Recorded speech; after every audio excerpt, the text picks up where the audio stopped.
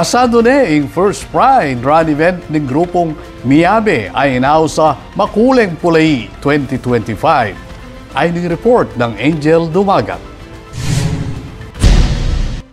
Kasado ang preparasyon para king pekamumunang Pride Run event ng House of Miyabe o ing antabayan ng Makuleng Pulay 2025. That's the reason why we would want to present this event as good as we can so that it will make a good impact to the people. Para sila mismo, hahanapin nila.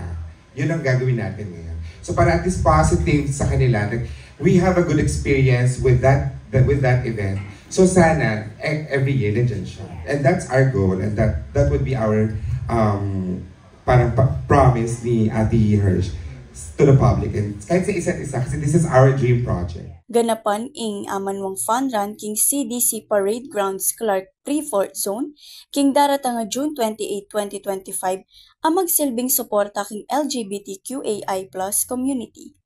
Malyaring mag-register king online o on-site. Mag-umpisaya ing programa alas 4 ninggat panapon.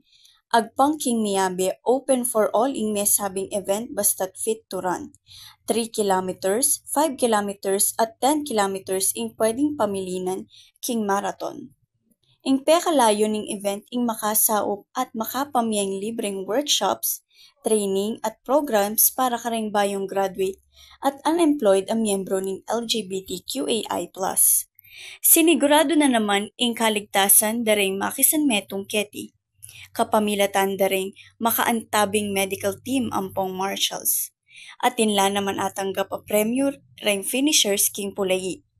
Anyaran ning Miyabe ing pamakyabe at makisanmetong king makabaldugan a selebrasyon king Makuleng Pulayi 2025. Ako'y Angel Dumagat para king News Force Pampanga. Balitang tutu king Balen Susuyo.